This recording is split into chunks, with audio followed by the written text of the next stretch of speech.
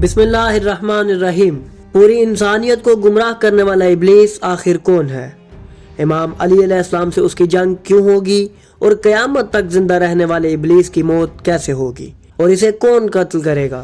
اگر آپ انہی سوالات کے جواب جاننا چاہتے ہیں تو جڑے رہیے ہمارے ساتھ اس ویڈیو میں۔ ناظرین، ایک وقت ایسا آئے گا جب اس کائنات میں موجود ہر چیز فنا ہو جائے گی اور اس کا وجود ختم ہو جائے گا۔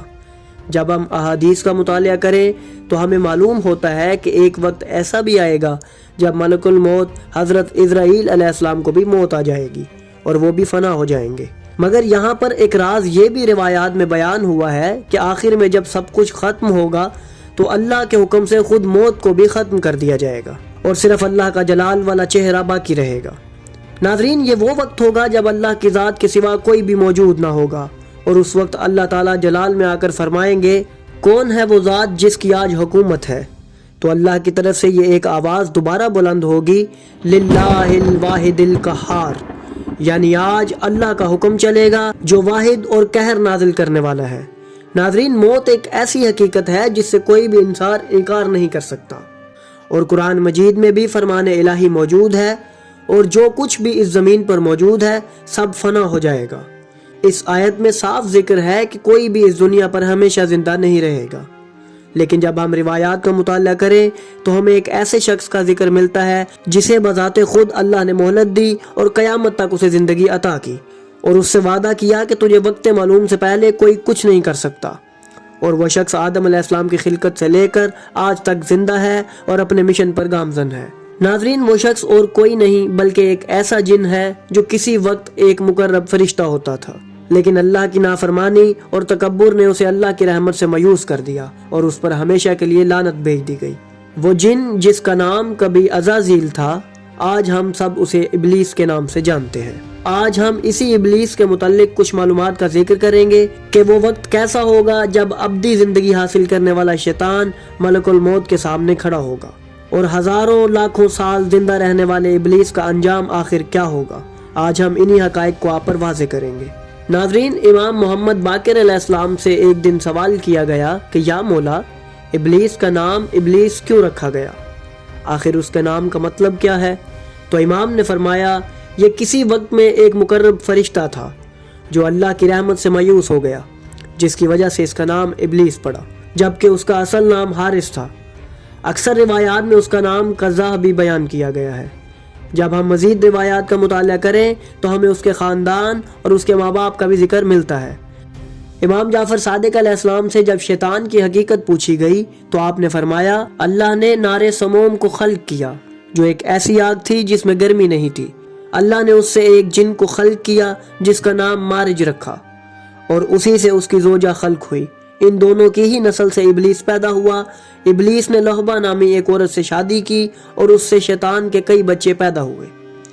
اس کے بچوں کی تعداد اتنی تھی کہ وہ جنگلوں، وادیوں اور پہاڑوں تک پھیل گئے۔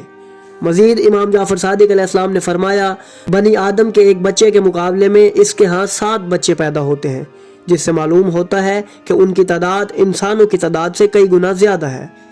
روایات اور تاریخ میں ہمیں ایسے واقعات ملتے ہیں جن میں ابلیس کی اولاد میں سے کئی جنات نے اسلام قبول کیا اور اللہ پر ایمان لے آئے، جن میں کچھ واقعات کو ہم اپنی گزشتہ ویڈیوز میں بیان کر چکے ہیں۔ ناظرین، قیامت تک زندہ رہنے والے ابلیس کی اولاد کے نام بھی ہمیں احادیث میں ملتے ہیں۔ ان کی اولاد میں شبور، آور، مشوط، داسم اور زنبور شامل ہیں، جو کہ انسان کو مختلف گناہوں پر ابھارنے کے فرائض سر انجام دیتے ہیں۔ امیر المومنین علی ابن ابی طالب علیہ السلام نے ایک دن ابلیس کی عبادت کا ذکر کرتے ہوئے فرمایا کہ تم سب کو چاہیے کہ اللہ نے جو شیطان کے ساتھ کیا اس سے عبرت حاصل کرو کہ اس کی طویل عبادتوں اور بھرپور کوششوں پر ایک تکبر نے پانی پھیر دیا، جبکہ ابلیس 6000 برس تک عبادت کر چکا تھا۔ اسی عبادت کی وجہ سے اللہ نے اسے جنات میں سے اٹھا کر فرشتوں کے درمیان قرار دیا، اور وہ کئی ہزار برس ان فرشتوں کا معلم رہا اور انہیں واعظ و نصیحت کرتا رہا۔ ناظرین، اب ہم اس روایت کی طرف چلتے ہیں جس میں ابلیس کے قتل کا واقعہ بیان کیا گیا ہے۔ جب ہم کتب و احادیث کا مطالعہ کریں تو معلوم ہوتا ہے کہ قیامت سے پہلے اس دنیا پر ایک ایسی حکومت قائم ہوگی جس میں شیر اور بکری ایک ہی گھاٹ سے پانی پئیں گے، اور اس حکومت میں تمام مومنین کو دوبارہ زندہ کیا جائے گا۔ اسی کے ساتھ وہ لوگ بھی زندہ کیے جائیں گے جو کسی وقت میں دین اسلام کے سخت دشمن تھے اور مومنین کے ساتھ جنگ کرتے تھے۔ دجال اور دیگر فتنوں سمیت شیاطین یعنی ابلیس بھی بذات خود اس دنیا پر ظاہر ہو جائے گا اور اپنے لشکر کے ساتھ پوری دنیا کا چکر لگائے گا۔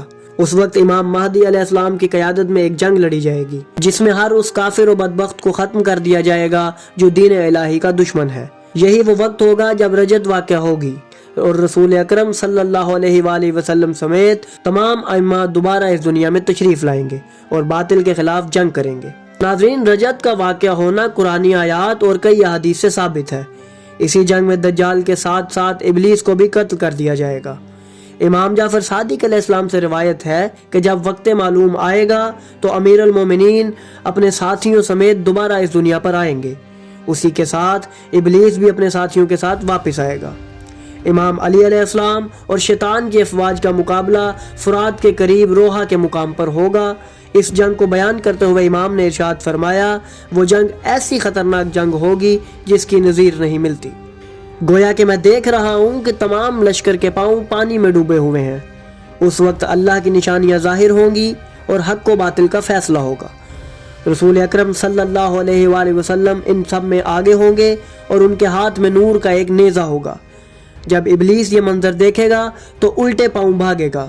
اس کے ساتھی اس سے پوچھیں گے کہ اب تو کیوں واپس جا رہا ہے؟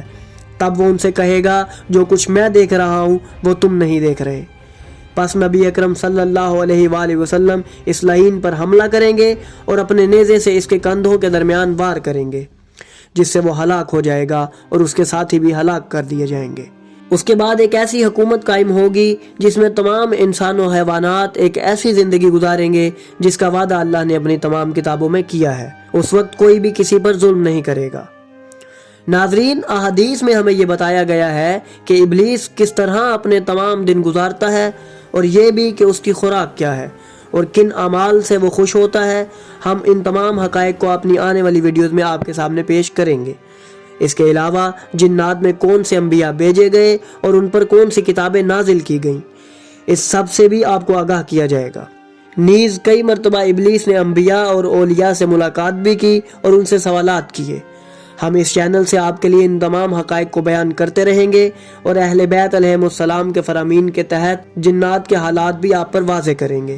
تو ناظرین، اگر آپ کو ہماری یہ کاوش پسند آئی اور ہمارے یہ دلچسپ موضوعات آپ کو پسند آئے تو ہماری ویڈیو کو لائک کریں اور ہمارے چینل کو سبسکرائب کریں اور بیل آئیکن کو بھی دبا دیں اور ہماری اس ویڈیو کو مزید سے مزید شیئر کریں تاکہ زیادہ سے زیادہ لوگ اس کو دیکھیں اور علم سے مستفید ہوتے رہیں۔